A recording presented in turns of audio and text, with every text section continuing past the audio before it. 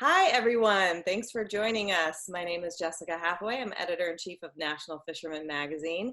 And today I'm very pleased to have with me Bob Desautel, who's the co-founder, president, and chief executive officer of Global Seas and Nina Fisheries. Under his direction, Global Seas has expanded its business enterprise to the East Coast and ventured into maritime research. So thanks for joining us, Bob. Thank you for having me today.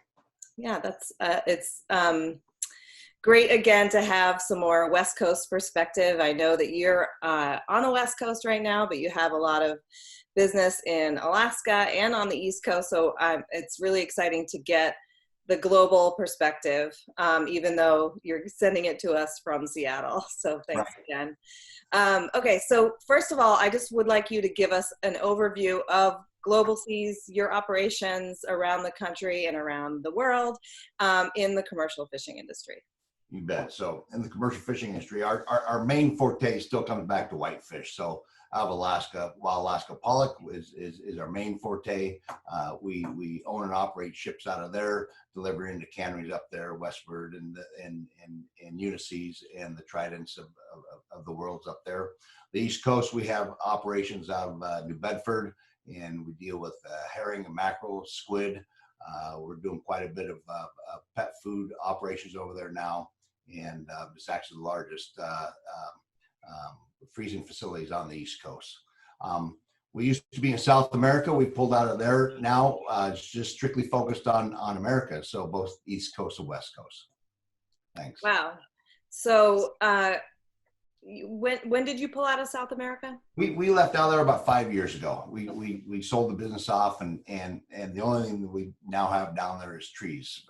My business partner somehow talked me into getting into trees, and so we're raising pine trees and eucalyptus for pulp and lumber and stuff like that.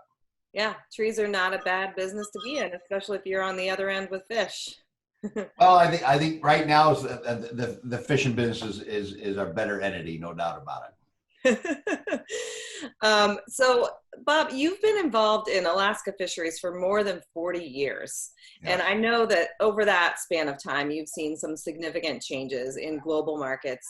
Does COVID-19 compare with anything else that you've seen before? Well, I don't think it's compared with anything anywhere that any of us have ever seen.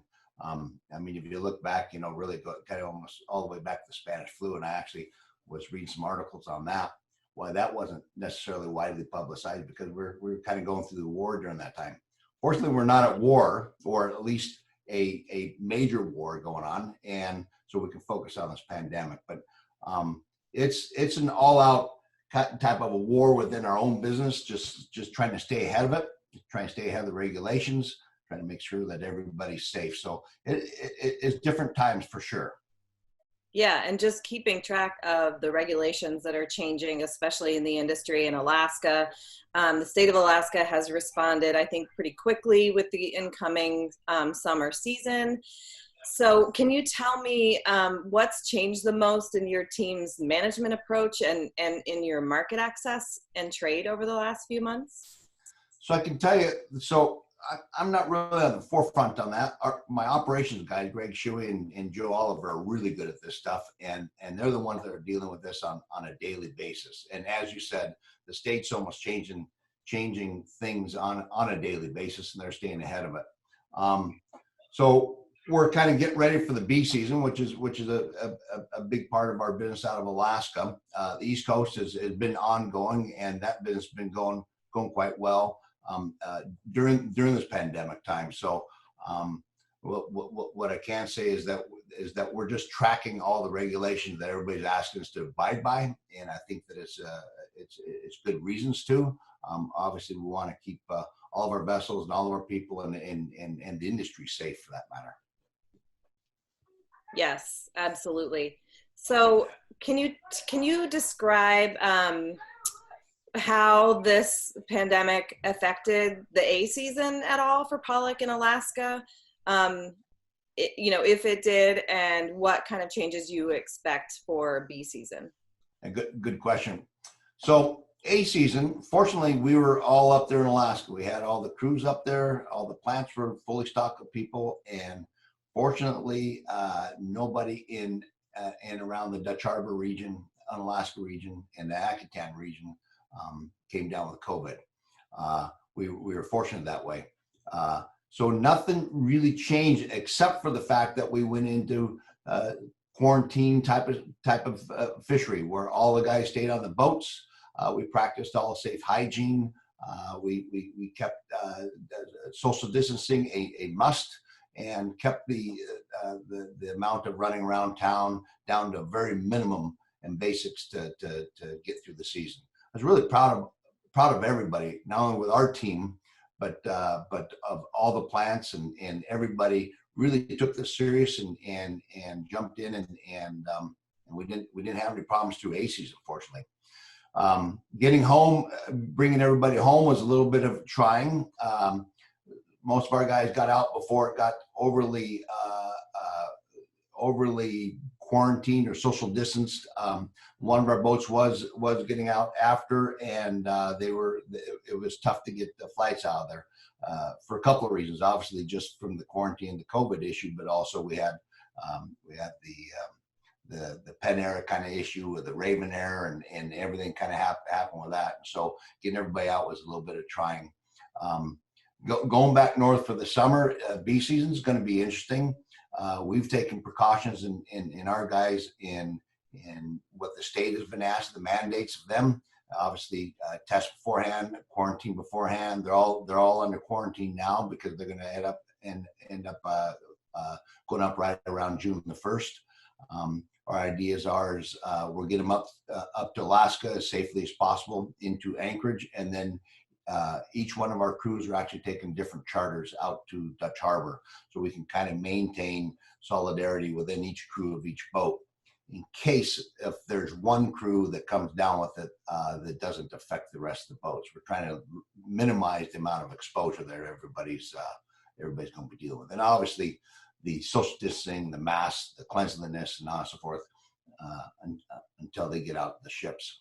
Once they're on the ground there in Unalaska, we've got arrangements made with our plants to carry each crew separately into right to their boats. They're going to go straight on the boats and then get them back to the quarantines for the 14 days work in quarantine there. We'll be analyzing everybody. Obviously, before they all leave, on each trip and each day, we'll be taking temperatures. They'll be wearing masks if they come even close to anybody, but for the most part, they should be all quarantined on the boats. Our boats, fortunately, are big enough and with a minimal amount of people that they should be able to keep themselves fairly social distance amongst themselves and still continue to be able to do their job. I think that. And through that whole period is making sure that we're not exposing anybody at the plants. That's obviously the bread and butter, to make sure that whenever we deliver our fish that they can process the product, and we can keep those people as healthy and safe as possible also. Right, that's the more critical timeliness issue, is if you can pause on fishing, but you can't pause on processing. It's just not an option. It is definitely tougher, exactly. Yeah.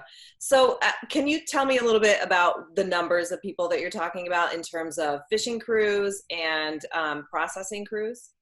So on the catcher vessel that we have between 6 and 7 guys per each ship that will go up there. And so we've got 4 different boats that will be starting off right away in bee season. My understanding over at Westward, they'll have upwards of 600 people over there. I'm sure over at Unisea, they'll have 400, 500, 600 people over there also. And the same thing with over in Akitan. My understanding is that all the plant people there at Westward and at Alyeska have remained there from a season, and they've kept those people kind of so-called working and so forth. So they're not going to be bringing any new crew up, except for some of the Japanese techs, maybe some other techs and so forth. And they'll go through their quarantines and try to keep their exposure down as much as possible also. So we're not expecting to hopefully we're going to keep the COVID out of Dutch Harbor. That would be the ultimate, is keep it out of Dutch Harbor and the Akitan region. Yeah, I mean, it sounds like you've got an incredibly thorough plan, and I think it makes perfect sense to keep your crews potted together and the processing crews grouped together and quarantining together. And I definitely agree with you. Number one goal is to keep it out. You don't want to bring patient zero in on your flights, but as we saw in Cordova, if you're taking the right precautions, you can nip it in the bud and contain the outbreak or contain the spread, if before there's an outbreak ideally. That's So right. that's really inspiring to hear that kind of plan, and I think this is the news that a lot of people are looking to hear. And this kind of information sharing, I think, is really valuable, even for small boat operators. There are gill netter crews that are half the size of your catcher processor crews. So 3 people versus 7 people flying up together and sticking together and provisioning together and quarantining together for a working quarantine on the boat. It just makes sense. And I hope, we all have our fingers crossed that we can pull it off in Alaska this year. That's right. My understanding too is that Dutch Harbor is actually going to have a testing ability. I don't know whether it's the Abbott testing machine or what, but my understanding is that they're going to have that there. So hopefully that will help if we do have some suspect people, that we can actually get them tested and find out, so we can nip it in the butt right away. Yeah, absolutely. So, what are your biggest challenges right now as you prepare for the B season and you're looking back on A season? Well, I think the biggest challenge is, at least what we're looking at, is making sure that everybody's safe, everybody stays healthy, and everybody follows our guidelines and mandates that we've put in place, not only within our company, but within every company, right? And my biggest worry had been really the supply chain. We know that if we can get up there and we get our crews out there safely, we can fish this product. We get the product into the plant. If we can get it through the plant and keep them safe and healthy without any COVID outbreaks there, then it's getting them into boxes, and then eventually and finally getting them to market. Listen, America needs protein. Not only America, but the world needs protein. And we're the largest sustainable fishery in America. And when you add in the Russian pollock fisheries, really just about the world. And so we need to get this protein out there to make sure that we feed people. We've seen it in the pork and the beef industry having problems with their plants, and we're seeing prices rise dramatically. This really is kind of an opportunity for us to shine, and us to shine not only in the seafood industry, but the wild Alaska pollock industry, to get our product out there. And we've also seen other articles about people are actually learning how to cook seafood in America. That's pretty cool. And in this quarantine time, we're all learning some new stuff. I've done a lot of new stuff around my house that I usually don't do, that I hire out, right? So we're hoping that more people are going to be eating more seafood when we get out of this pandemic, rather than just going to the restaurants and relying on the chefs to be cooking up seafood. Yeah. So again, it's all part of getting it all the way. The chains can't be broken along the way to get it to the consumer. Yeah, I couldn't agree more. I've given out a lot more recipes for cooking fish in the last 2 months than I have in the last 2 years. And people ask me a lot. I mean, this is not anything new. I have a lot of friends who dabble in seafood, and when they're trying something new, I'm one of the first people that they go to, because a lot of them are from all over the country or all over the world. They don't know fishermen. And so they want to know, how do I cook this thing that I just bought? I just purchased something on a whim. And Well, yeah, the especially nice thing about pollock is how versatile and easy to find it is, like pork or beef. Yep. Well, we want to know that it's a big commodity, right? It's a whitefish commodity, but we're transitioning. My belief is we're transitioning out of that, becoming that commodity, to a known fish, wild Alaska pollock, and that's part of what our initiative has been here with Global Seas and GAP, is to get that information out there. But more than that is getting seafood out there. Period.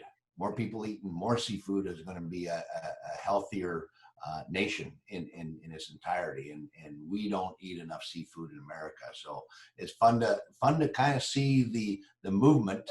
I hope will continue once this pandemic's done. Yeah. And do you feel that the market's been pretty steady since a season? So my understanding, because we're not in the end result markets and the retail markets, but I do track it as much as possible. I have plenty of friends and people that we deal with in our own markets, the Unices and the Tridents and so forth. And Joe and I are very good friends, and I'm always asking how we're looking out there. And I think that we're seeing a good solid trend for wild Alaska pollock. I think that things are smooth at the moment. It could be a hiccup if we have some problems out of Dutch Harbor area or Akitan area with COVID. So we got to do our best to keep that down to zero or a very minimal problem, and keep the chain kind of going. But the results, yeah, always we've always seen this in when the economies are strong and everything's good, we're rising up to the top. We're always seems like we're behind a little bit with wild Alaska pollock compared to other white tablecloth products, halibut and cod and salmon. And then on the fall, when we've seen prices start tumbling off, and now we're seeing the white tablecloth markets, tumble off, we seem to hold our own for quite a while.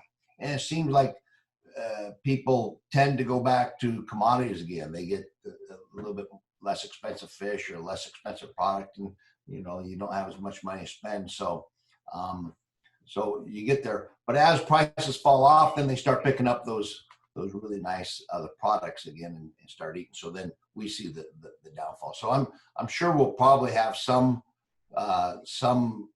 retraction of value. I'm hoping not, but we're doing our best to promote and educate about wild Alaska pollock out there through GAP, and hopefully we can keep the demand going and good and strong. Yes, I hope so. I hope you can keep the demand going and the supply going. That's what we're hoping for. That's right. So has COVID-19 created any hiccups for you in terms of hiring crew for processing or for the boats or in maintaining the fleet at all? So we had boats that were planning on coming down the shipyard here after the A season. That's kind of our time, is we like to get it down between the A and B season. We keep our vessels in very good top operating order, and we spend a lot of money on it. We decided not to bring any of the boats home during this particular season, or during this in between the seasons, mainly because we didn't feel that we were going to get a great shipyard in. And then the guys that come down, we get half the shipyard in, and it doesn't do us any good that way. So I would say that had some effect on it in between the seasons here. Going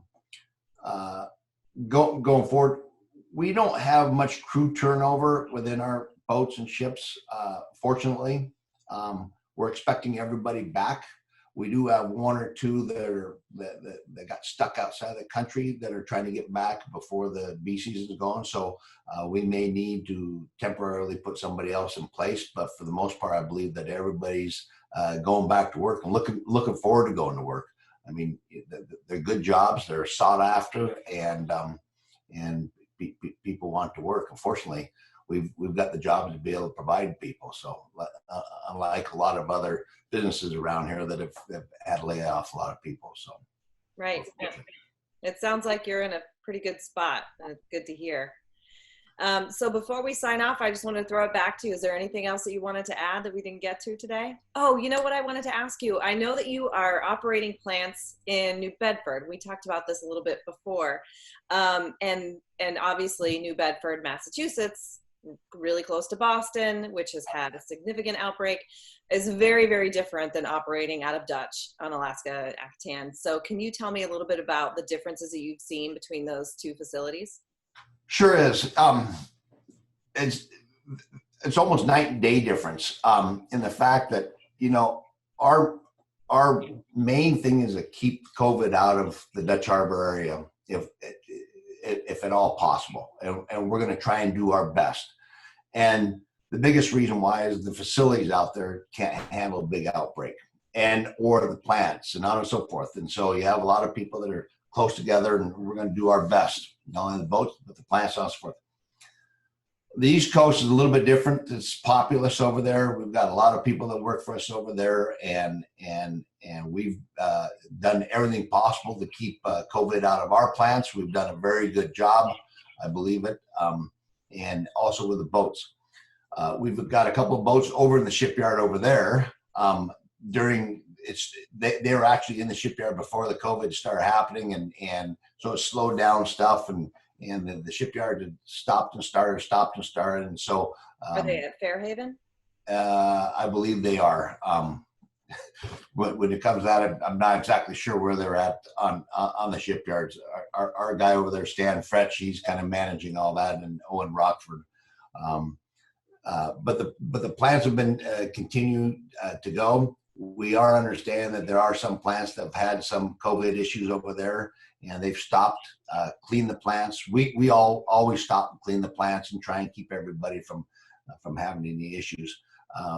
One of probably the biggest issues over there is getting people to work in the plants, partly because of they look at this as an opportunity to go on unemployment, and being able to take unemployment, they can make maybe not quite as much money, but they would be happy with that. So we've had to take care of everybody, make sure that they're properly protected.